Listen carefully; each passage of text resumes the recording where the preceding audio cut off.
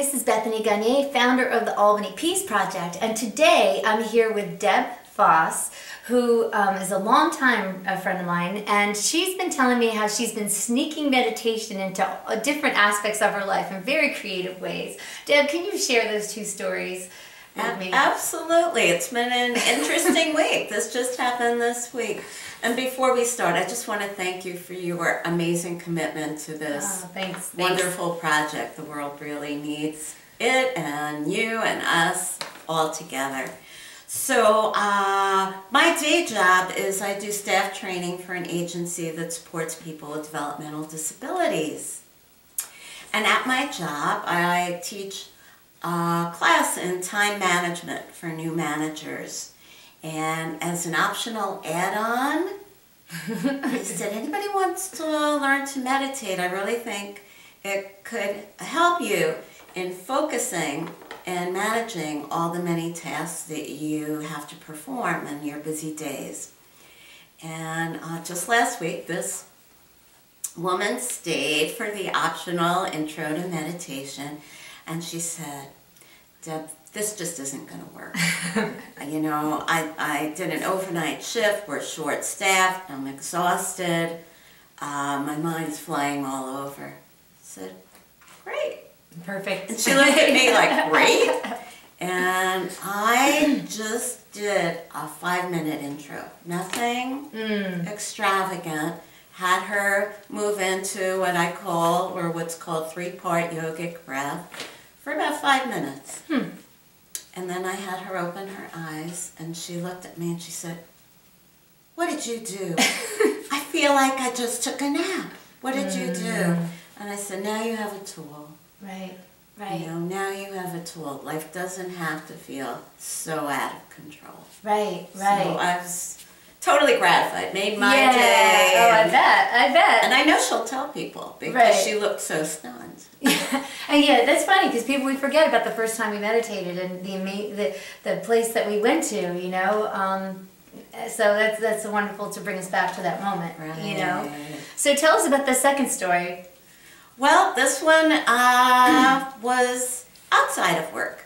I was meeting with some friends of mine who recently came to this country from Iraq a few years ago, and they had some other friends visiting while I was there, also recent, you know, migrated to this country, and man was very upset because he had gone to take his citizenship test and froze.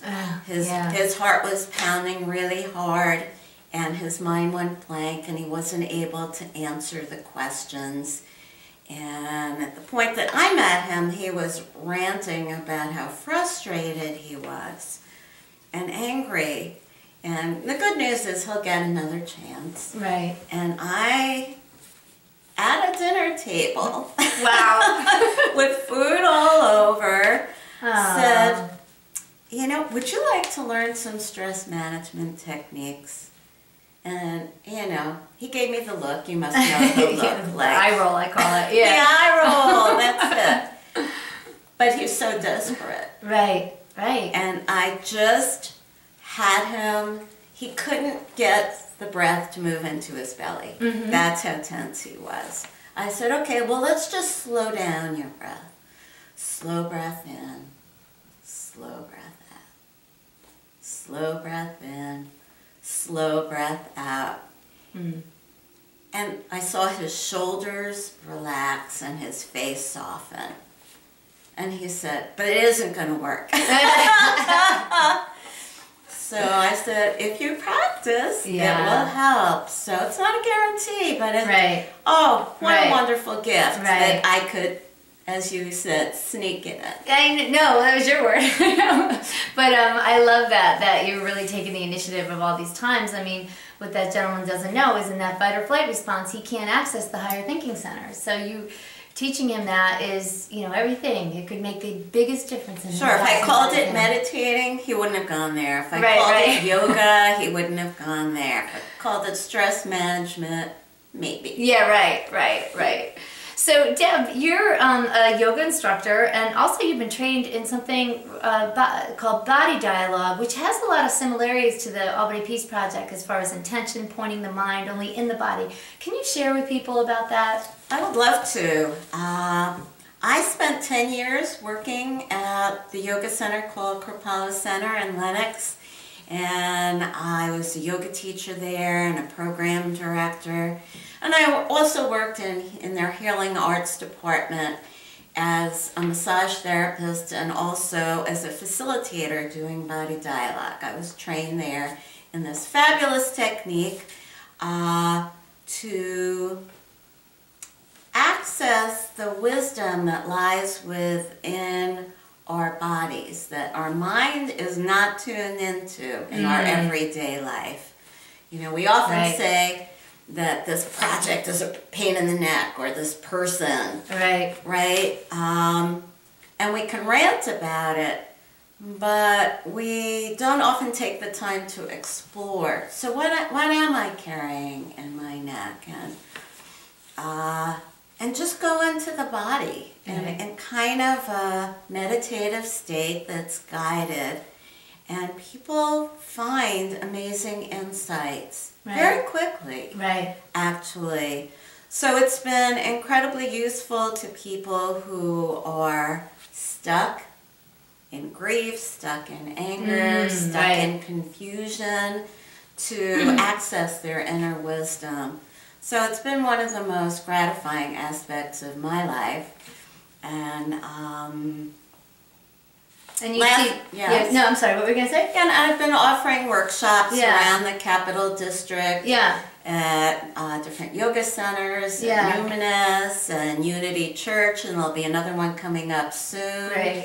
So hopefully I'll have a date to announce in the near future. Yeah, I mean, that's what people really should know about this work, is that you know, there's kind of normal everyday consciousness, right, where we're here, but when we get quiet and we go in the body, like you said, we become aware of things that we wouldn't be aware of in our everyday life, right? Right. And that's why your work is so powerful, because it's teaching people how to skillfully go down into those depths to gain that wisdom, right? In the presence of love. I think that's the key here.